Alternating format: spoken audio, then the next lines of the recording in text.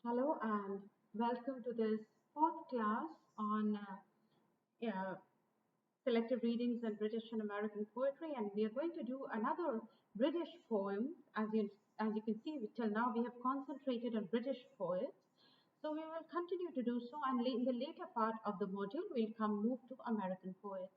But today we are going to do another. We are going to study some poetry by E Housman, another British poet.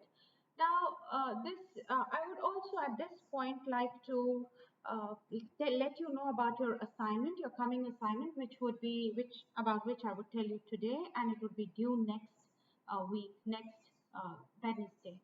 So you would get a list of 6 to 7 poems, and you have to do a presentation of 6 to 7 minutes on each of these poems, right? On one of these poems. So you have to do, each of you has to do a presentation of 6 to 7 minutes on one of the poems in the list. I'm going to make a separate video about instructions for that, but remember should be a good solid presentation. I will let you know the marking rubric. You should be able to talk about the poem, its metrical pattern, its themes. You should be able to explain it. Basically, think about it. You should be, when your friends see that video, they should, you should be able to teach the poem, right? So there are a couple of poems by Housman in that list. There is a poem by Thomas Hardy in that list, and there are certain other authors poets that have included. We might not have done them till now. We might do them later, but that is okay.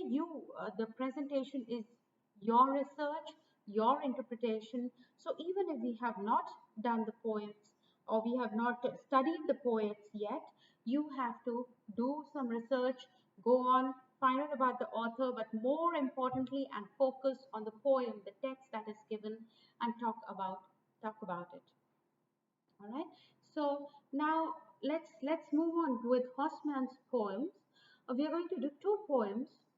A Shropshire Lad, and this is A Shropshire Lad was is a collection of poems, is a cycle he wrote of 63 poems, and we are going to study the 26th poem, one of the most famous ones in the cycle, and it's called Along the Field as We Came By.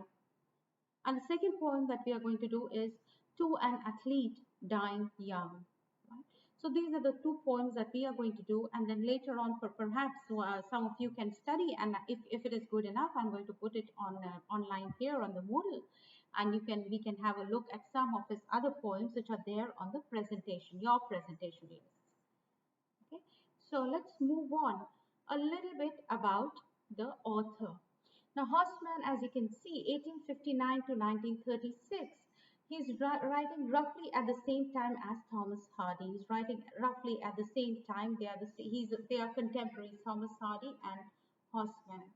Now, Housman was a classical scholar. That is, he studied classics of English literature and Western literature, which kind of go back to the Greek and Latin literature.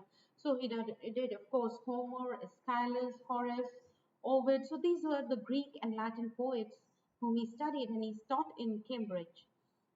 But his greatest influence, he says, were the English writers. And this is what he said, and I quote, no doubt, I have been unconsciously influenced by Greeks and Latins, but the chief source of which unconscious are Shakespeare's songs, the Scottish border ballads, English landscape, and so on. So he's very much like Hardy. It's a very quintessentially very English poetry, although he comes from reading Greek and Latin literature. Now, the major theme of his poetry, and more importantly of this collection, Shropshire Lad, is dreams and disappointments of boyhood and youth in English countryside. So it is about boyhood, right? It's not about adults. It's not about his later youth, his struggles with life as an adult. No, it is boyhood, a very specific time. It's also gender specific. It's about a boy's adventures, uh, pranks, laughs in the English countryside. So place specific, age specific, gender specific. W.H. Auden, a famous poet whom we are going to study later on, perhaps next week or the week after that, he says this about Housman's collection, ShropshireLad. He says, no other poet seems so perfectly to express the sensibility of a male adolescent. No other poet seems so perfectly to express the sensibility of a male adolescent. So he's a poet of the sensibilities of male adolescents, right? And very specifically an English male adolescent. It's an English boy. And I'll tell you why that Englishness is important, but we're talking about boyhood, the coming of age, the adolescence, so a little bit of adventure, a little bit of rebellion, that is what we associate with boyhood.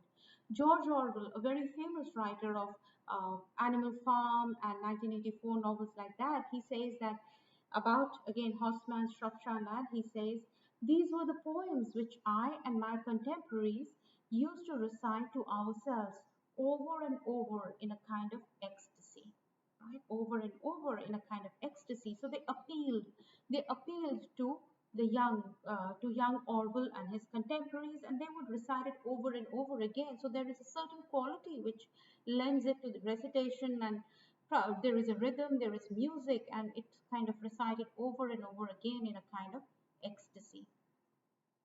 Now, boyhood, as I said, is very important in the English context because look at the time that they are writing, late 19th century. It's written in 1896, published Shropshire Lad in 1896. So it must have been written in the last few decades of the 19th century. So remember that if you look at the worldview of the time, sorry, if you look at the worldview of the time, what was important at this time? What was happening in the world around this time? This was the time of the spread of British Empire and the consolidation of the British Empire, late 19th century, nearly one-third of the world, one-fourth, you can check that, but most of the world was under the British Empire, was ruled by the British Empire. So it was a time of prosperity. It was a time of uh, the spread of the empire, the glory of the empire, and boyhood is very important in the colonial context because boys are being trained to be the men who would go out and conquer the world, who would work for the glory of the country, who would work for the empire, who would spread the English way of life, who would become the models for the world to follow. So boys are very important. They are a very important work for the entire society, the work that has to be done on them to make them these ideal members of society. So boyhood is a very prime concern for the poets and writers of this time, whether it's Thomas Hardy, Housman, Kipling, all these writers focus a lot on boyhood, right? Because boyhood is so important to the colonial enterprise in a way. Uh, it is a pre-World War style. He endorses pre-World War style. He endorses pre-World War themes. And what are pre-World War themes? Now, if we read poetry, and we are going to read some poetry and some work written after the World Wars, and we discern a kind of rage, anger, trauma, bad experiences, they filter through into poetry and literature of the time. So you can see that this generation has gone a disillusionment, the disillusionment that came with with the two world wars. So the characteristic of post-World War poetry is that angst, that disillusionment. But what about pre-World War? As I said, England was prosperous at the time. It was growing. The country was growing. The Industrial Revolution, despite all the problems of Industrial Revolution, the countryside was prosperous. It was relaxed. It was a calm way of life. So we get to see that. We get to see a calmer and a more serene way of life. That is pre-World War. That is pre-World War.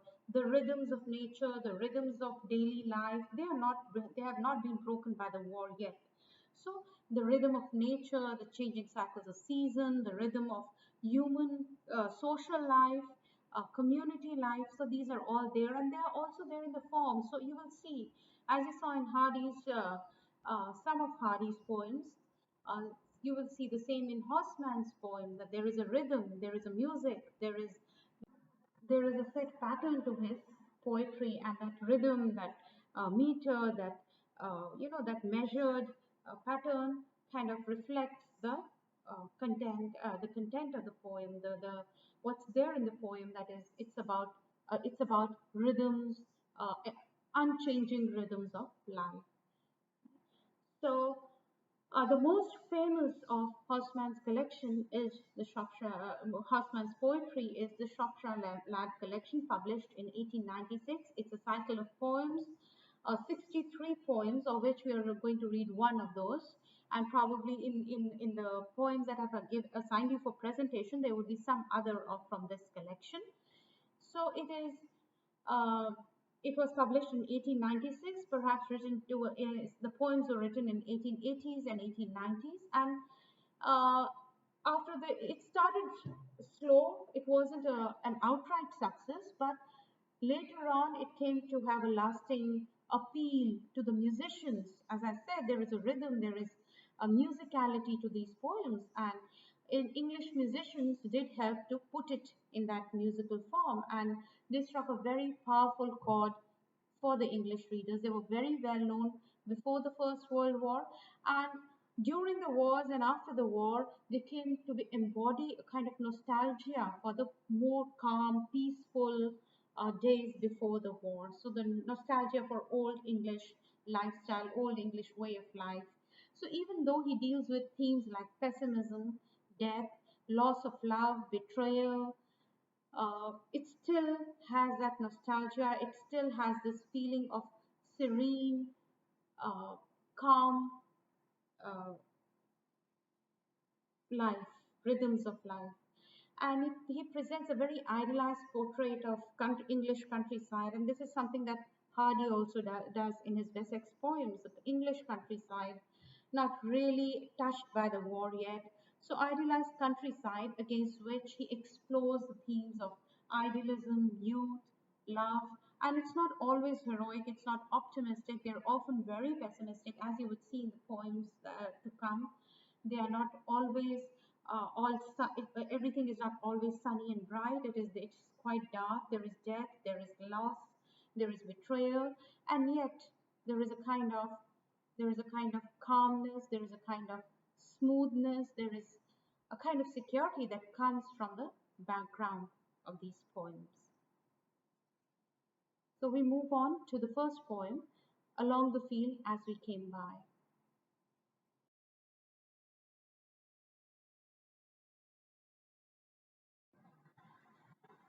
All right, so let's begin with this poem, Along the Field as We Came By, written in the collection in the cycle of poems called Shropshire Lad, published in 1896, and this is how the poem goes. Along the field as we came by a year ago, my love and I, the aspen over stile and stone was talking to itself alone. Oh, who are these that kiss and pass, a country lover and his lass? Two lovers looking to be wed, and time shall put them both to bed. But she shall die with earth above, and he beside another love. That's the first stanza of the poem. And as you can see, it's a fairly simple, written a fairly simple language. So let's see what's happening along the field as we came by a year ago. It's a time lapse. It was about an year ago. This was an incident that happened. The first paragraph, the incident that happened a year ago, and it was my love and I. So it's a couple. It's a lover and it's a man and or it's the speaker and his or her lover, and they are in the field. We do not know the gender yet. The aspen over stile and stone was talking to itself alone. So as this person comes into the field, he sees a tree, right? It's written in first person, as we came by a year ago, my love and I. So first person, he starts with the first person, and then he says he notices a tree, the aspen tree over stile and stone, was talking to itself alone, and sees a tree and imagines the tree talking to itself alone. So what figure of speech is that? Personification, right? Tree talking to itself alone. So what is the tree talking? Oh, who are these that kiss and pass, a country lover and his lass, two lovers looking to be wed, and time shall put them both to bed. Now, something very interesting happens. He starts with his speaker's subjectivity and he notices a tree and the tree talking to itself, and then he assumes, he takes on the subjectivity, he takes on the, he imagines what the tree is talking. So he takes on the subjectivity, he takes on the point of view of the tree. What would the tree see when it sees those two people? So in a way, he's seeing himself from outside. He's seeing himself from a third person, as if he's a third person. He's looking at himself from a tree's perspective. And what does the tree say? Uh, oh, who are these that kiss and pass? The country lover and his lass. So the tree recognizes that these are two lovers. And here we come to know, we know the gender. The speaker is a man and his girl. And time should put them both to bed. Uh, Two lovers looking to be wed. So the tree can hear their private talk, and the two lovers, what are they talking about? They're probably planning to bed, right? They're planning to get married. So that is what they're planning their future together. And time shall put them both to bed. Right? So the tree gets prophetic. Yes, they would both be put to bed. They would both get married. They would both be together, so to say, or they would both have the same kind of. He says the time would put them both to bed, right? Both of them. So there is intimate talk between the two lovers, and the tree is seeing, but the tree is seeing he's hearing that talk and seeing these two lovers from a distance. And then the last two lines, but she shall lie with the earth above. She shall lie with the earth above, and he beside another love. So they would be both put to bed, but not together, right? Not really together. Where is she? She shall lie with earth above. So where is she? In a grave with earth above. She would die. Is the tree prophesying her death? And what happens to him? Is he heartbroken? Does he suffer the loss of love? Probably, but not for long. He beside another love, so he would be with another love. His love for this particular girl would probably fade, right, with her death, and then he would move on to another love. So the heartbreak would fade, the emotions would fade, the sense of loss would fade, and that he would move it to uh, beside another, he would be beside another love. So there is a kind of I don't know, a kind of pessimism. There is a kind, it's a comment on fickleness of life, but also fickle nature of man, that it's not really, it seems as if they plan their future together, they are going to be together forever, but if she dies, he would move on to another person. So what happens then? And sure enough, beneath the tree, there walks another love with me. So this is 1 year later. Remember, this particular incident happened a year ago. And what is here? We move on again to the next scene, right? A year later. And sure enough, beneath the tree, there walks another love with me. And overhead the aspen heaves, the rainy sounding silver leaves, and I spell nothing in their stir, but now perhaps they speak to her, right? I spell nothing in their stir. I spell nothing in their stir, but now perhaps they speak to her, and plain for her to be to under, and plain for her to understand.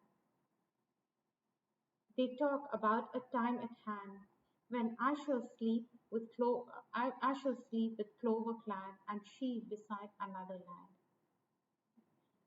So now once again, he's walking with another girl under the same tree, and the aspen heaves. Why does it heave? Why does it sigh? Why does it take a deep breath that stirs its silver leaves? Silver leaves are reference to how old the aspen is. It has seen this kind of a scene. It has seen innumerable lovers walking in its shade, and people change, the couples change. One person is with another love, and then love fades, people die, people move on.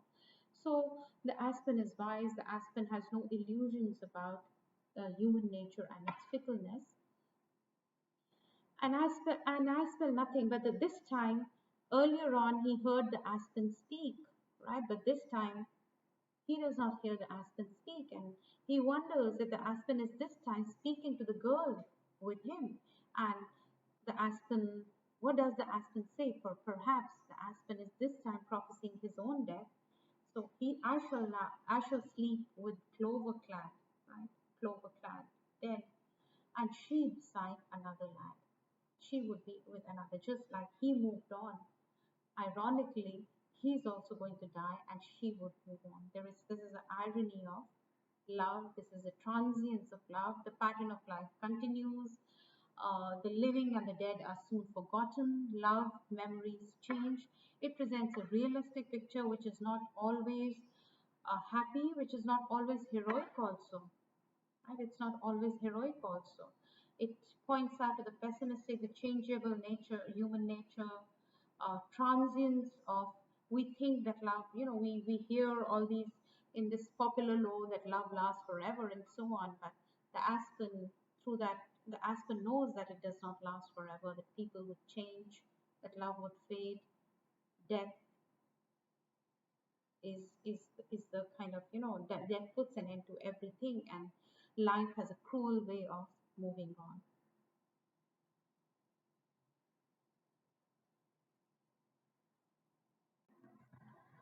All right, so the last part, I shall quickly go over the formal pattern of this poem. I'm sure you've already worked it out, some of you, the rhyme pattern. So can you see this? What kind of rhyme pattern is that?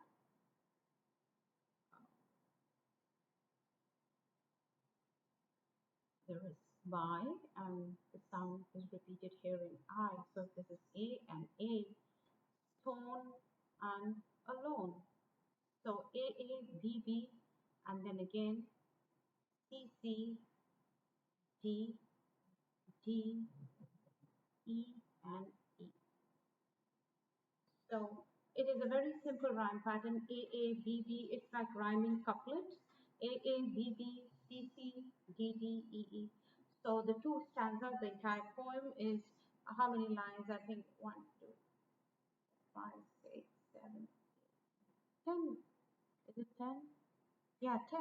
Each stanza is 10 lines, so two stanzas, 10 lines, and the division of the stanzas is clear. It is 1 year before and 1 year later. So the two stanzas signify the lapse of time, a year ago and present. Uh, so what happened a year ago, and ironically, it refers to similar situation, but this time the irony is that the speaker himself is going to, the tree is prophesying the death of the speaker. He's going to lie clover clad. Clover basically reference to plant. Uh, in tradition, in popular practices, it grows on graves, right? It grows on the mounds. So clover clad means he's in grave, and then he's clad, it's covered with clover. So uh, the two stanzas point, or the two stanzas indicate the lapse of time. 10 lines in each stanza in rhyming couplet form, right? So, and what about the metrical pattern? Along the field as we came by. Can you make it out? Along the field as we came by.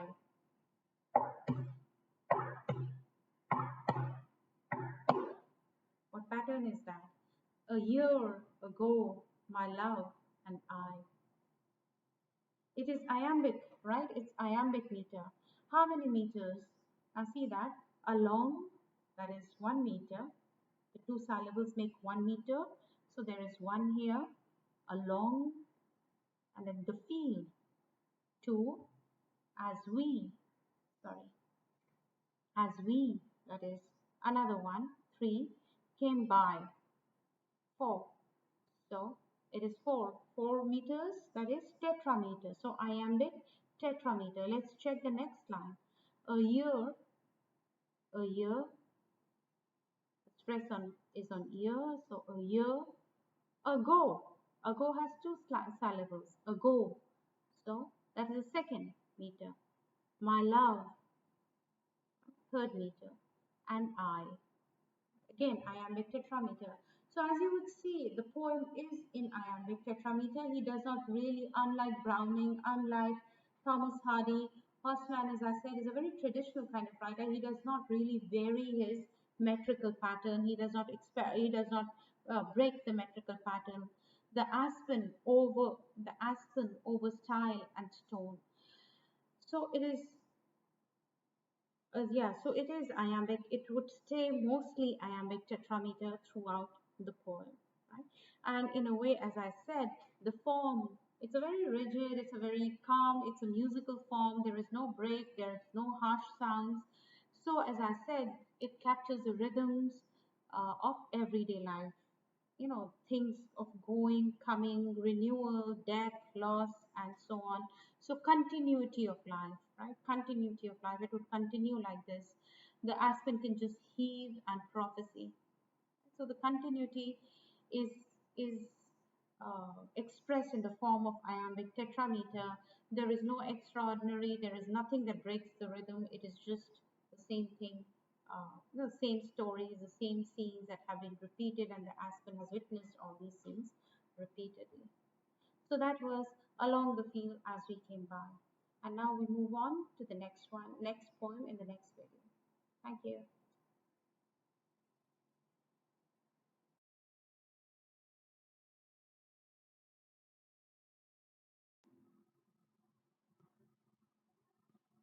Hello and welcome back. And now we move on to the second poem by Housman, and this poem is called To an Athlete Dying Young.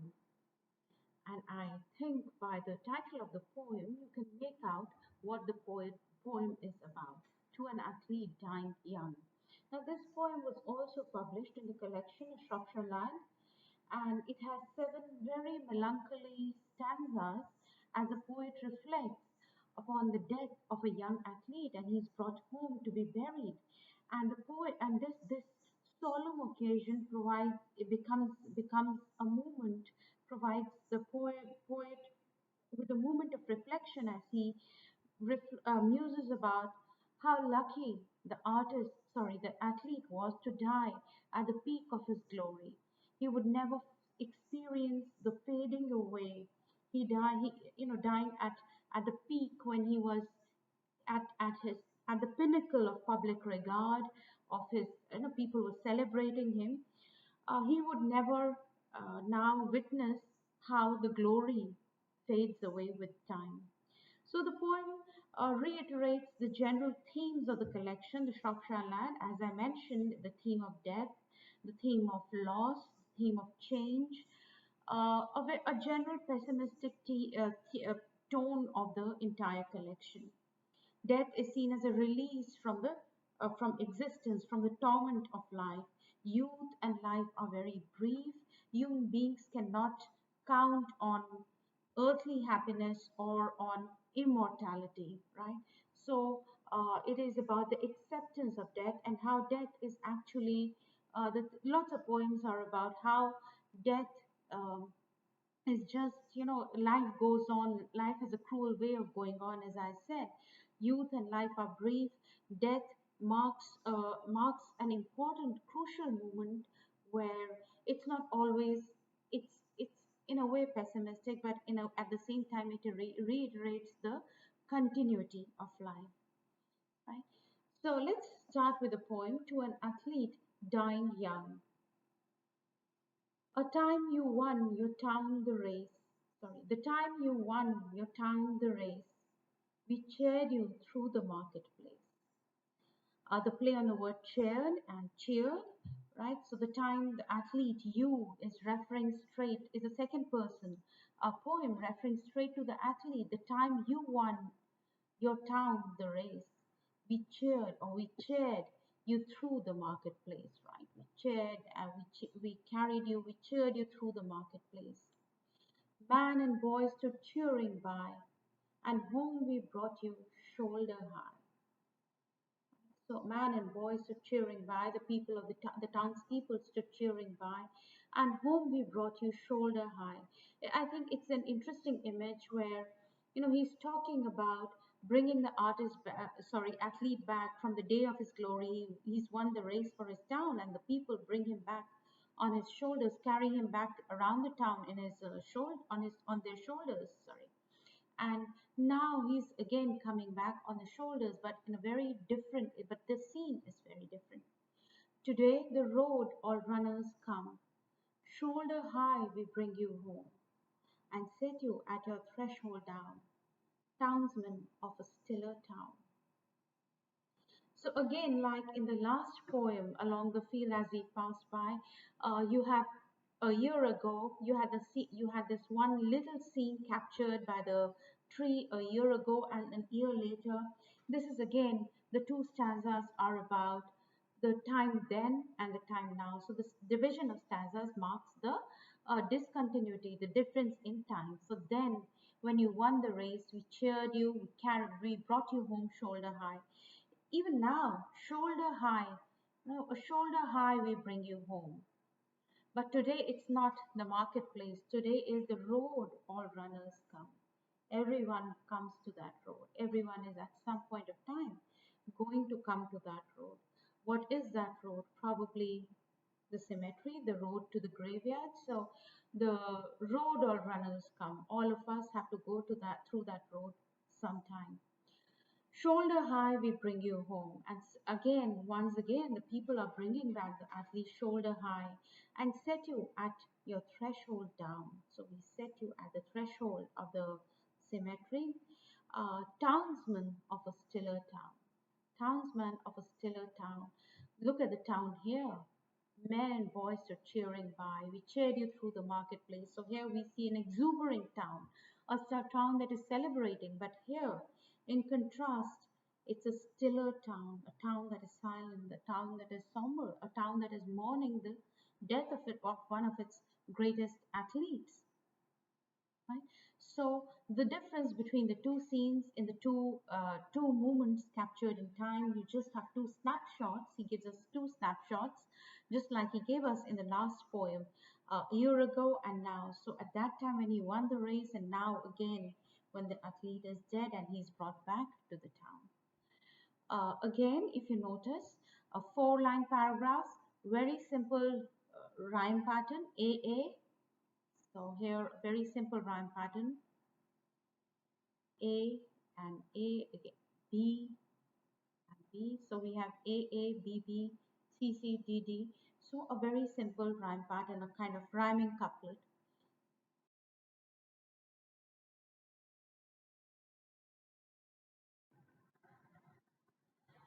The third stanza, and this is how it goes. A smart lad to slip betimes away. Smart lad to slip betimes away. For the athlete is a smart boy that he slipped away at the right time. I don't know, is it an allusion to the fact, to the possibility that this young athlete killed himself and therefore met death in his own time, in his own terms, decided his moment of passing away, decided his life and how he would kind of keep his glory? The smart lad to slip betimes away from fields where glory does not stay. The glory is not going to stay, so he's smart enough to slip away at the right time. And early though the laurel grows, it withers quicker than the rose. Early though the laurel grows, the laurel is kind of symbol for athletic excellence, sportsmanship, right? So a laurel, if you see earlier Greek visual imagery, and all the athletes and all would wear a laurel around their head, a kind of a garland of laurel, a crown of laurels around their head. So it grows early. Early though the laurel grows, it withers quicker than the rose. It withers quicker than the rose. So the glory comes, but it withers faster. Glory symbolized by the laurels withers faster than the rose. The rose, which is characteristically short-lived. The rose, the bloom of the rose fades away fast, but laurel fades even faster. And it is not entirely clear why this is the case, but the fact that the speaker immediately refers to the young man's ability to slip betimes is kind of interesting. It feels that the boy is smart enough to die and therefore keeps his laurel before it withers away, because laurel withers quicker than the rose. In a way, rose could be, if we, usually the rose is symbol of, traditionally symbol of love. So glory fades away faster than love. Is he what he's saying? So that to the mortal world, the young man has left his has left is a the fact that the mortal world that the young man has left is a place that's quite different from the afterlife. In heaven, or wherever one ends up after death, glory is not fleeting. So once he's dead, he's in heaven, his glory is going to stay. Glory is not fleeting, but it is on earth.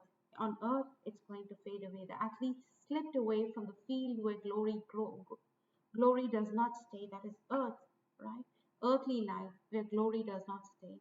And he's in a world now where things are different, where fame is lasting, at least more lasting than it is on earth.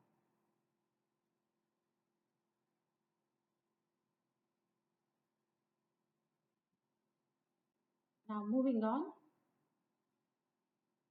Eyes the shady night has shut, cannot see the record cut, and silence sounds no worse than cheers after earth has stopped the years. So eyes the shady night has shut. The shady night has shut the eyes of the athlete. The night is personified here by this action of shutting the eyes of the dead athlete. So eyes the shady night has shut, cannot see the record cut. So the shady night has shut the eyes so that the poet, sorry, so that the athlete can need should no longer see his records fading away, not his records being broken, no longer being the greatest athlete of the town. So the shady night has shut the eyes so that he does not see his records breaking. The silence sounds no worse than cheers. And now the silence that surrounds the athlete, the dead athlete, which is in so much in contrast with the earlier cheers and welcoming by the crowd, it sounds no worse than cheers after the earth has stopped the ears. So the earth has stopped the ears, so it does not matter whether there is silence and whether there are cheers. Notice the alliteration, silence sounds a kind of a, the S sound is, anyway, the sibilance of the S sound is, that hissing sound, silence sound, it brings down the tone. It's not a harsh, loud sound. It is kind of, imitates the theme, the tempo of the sound, it's like the silence sound, it imitates the silence, so to say. Even here you see the road all runners come. You have alliteration there, roads all uh, here assonance, you at your threshold. Remember assonance, the repetition of the vowel sound. So, and set you at your threshold down. So the O's, the S are kind of, contain, there are no really harsh sounds. Except here, townsmen of a stiller town. The T sound is a little harsh, but it establishes a contrast between earlier cheering and now the townsmen of a stiller town.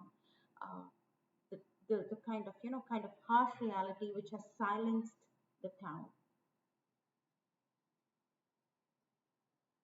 Now you will not swell the rout of lads that wore their honours out, runners whom renown outran, and the name died before the man. So again, a reference to the athlete. Now you will not swell the rout, you will not swell the crowd, you will not be part of the crowd of lads, of boys who wore their honours out. You will not be a part of the crowd of boys who outlived their honors, right? Their glory faded and they saw their glory fading and they mourned the passing away of their high day, their days of glory, the days when they used to be cheered around the town. So these lads, you are not going to be one of the crowd of people who see their glory and their life fading away. You will not be one of the runners whom renown outran. You know, your renown, your fame out.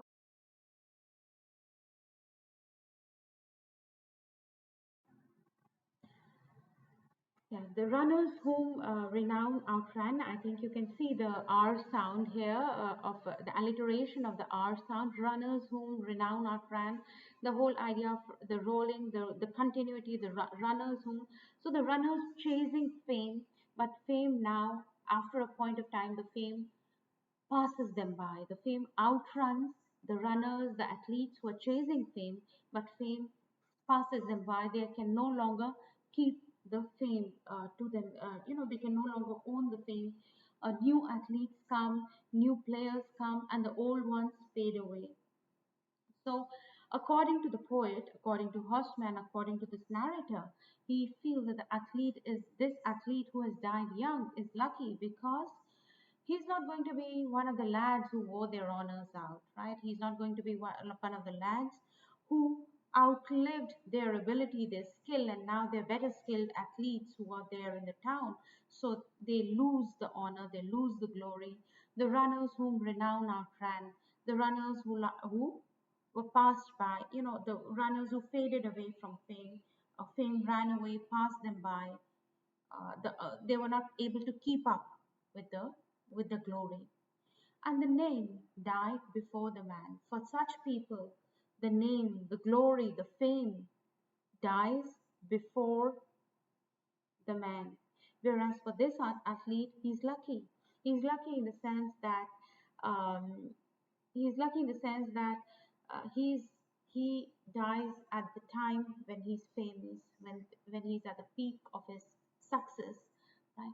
So the town is there, everyone is mourning his death. He's not faded away from public memory. If people still remember, people still come for his funeral. He's still famous when he dies, unlike the other athletes, lads, runners who would die in obscurity. They would die remembering their days of glory.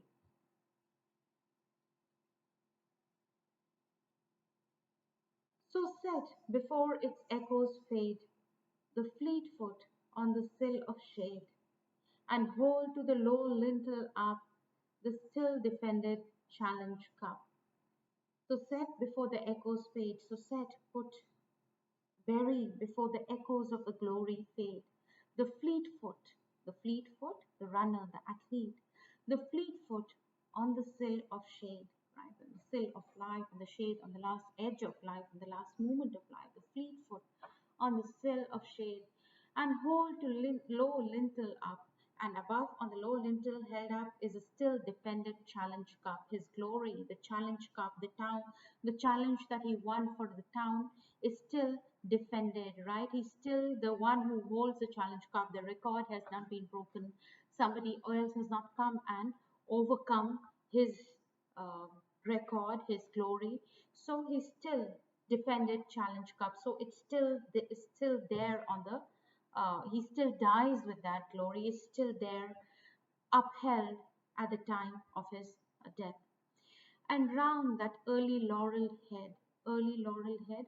Now laurel is again kind of early laurel. Laurel is uh, it's a symbol of glory in terms of athlete. The athletes wear the laurel around their heads. That means that they have records. They are the glory. They are the famous ones. They are the best athletes. So laurel is kind of an award, a kind of a.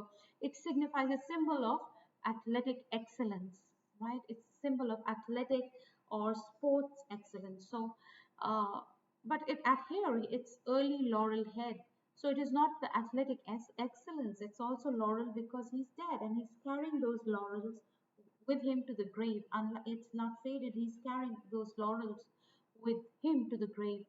So at round the early laurel head will flock to gaze the strengthless dead. So around this great athlete who is dead now, wearing his laurels, all the strengthless dead, all the people who have died in obscurity, they would come and gaze at him and find unwithered on its curls and fine unwithered on its curls, the garland briefer than a girl's.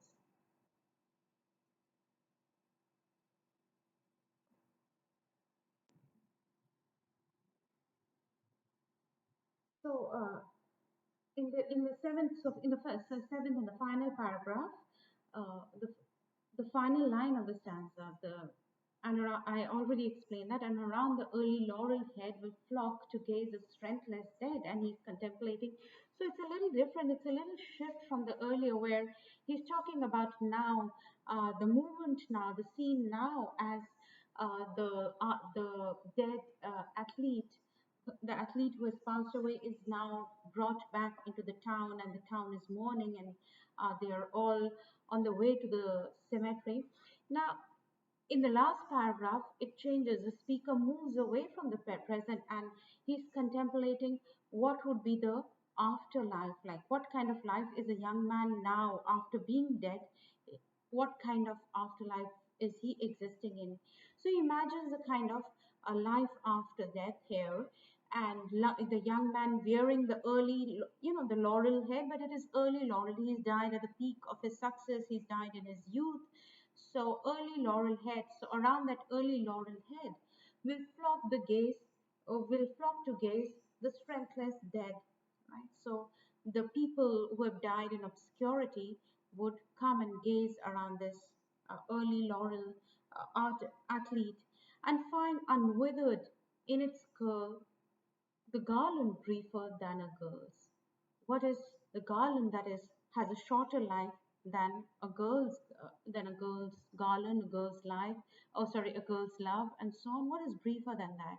According to the poet, what is briefer? What is the most brief in human life is fame, is man's glory. So he's died in that at the pinnacle of that glory, and the people who are dead would come. People who died on obscurity would come and gaze at him, and find in his curls, unwithered curls, in his still, uh, still carrying the traces of life. So unwithered curl, they would find this garland, this laurel, these glories woven around his head, the laurel that he's wearing, the crown of laurels that he's wearing. But they will find this garland which is briefer than a girl's. So that is to an athlete dying young. It is an elegiac poem. It is made up of, as I said, seven four-line stanzas or quatrains, right? Remember from Shakespeare, the four-line stanzas, they're called quatrains. A very simple rhyme scheme of AA, BB, CC, DD, and so on, changing the end sounds from stanza to stanza. So shade and shade. So here is one sound, up and cup and head and dead. So the sounds change, but the pattern remains the same. AA, BB, CC, DD. So that is a pattern. The stanzas can be further separated, if you can see it, into these three sections, where the first contains the memories of the past, right? There is one that contains the initial part, the memories of the past, the glory when he was alive, and the second, which reflects on the change, right? The second stanza to almost till this sixth stanza, where it reflects on how things have changed, how from the glory of the past now he describes the death and the funeral and the somber mood and the sadness, and at the same time how it provides him a moment to reflect on the short-lived nature of glory and fame. They contain a discussion on youth, youth being the right time to pass away according to the poet. And the final stanza here talks about what might be in store for an athlete after the life. So you have three different moments of time, the past, the present, and what could be in store in afterlife in the future. So that is to an athlete dying young. We have done two poems from the Shropshire Lad, the collection. There are two poems in that I have suggested, and one I hope some of you would take that up for your presentation, again from this collection, so that we have some more idea about Housman wrote. But as you can see, there is a certain kind of, although it is a time, it's a serene time, it's pre-World War time, it is written against this background of English countryside, but you can see this theme of pessimism, this theme of transience, of impermanence of human life, everything that we value, love, fame, life, youth, it's all so transient, it's all at the mercy of time. It's soon going to fade. Uh, the athlete's glory, the love of two young lovers, it's all going to fade, and death is kind of a reality, whereas youth, love, and glory are all illusions. So there is a kind of romantic pessimism in his poetry. So that is Horseman for you. I hope some of you would take that up for the presentation. And in the next section, we move on to W.B. Yeats, another English poet. So thank you and see you next week. Oh, sorry, not me. I would be going over your presentations. So make sure that you send me your presentations. Watch the next video for the outline for the presentation, the marks, the scheme, the structure of the presentation I expect you to do.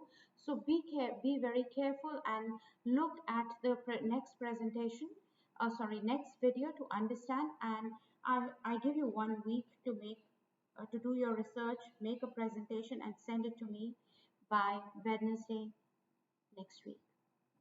All right, see you.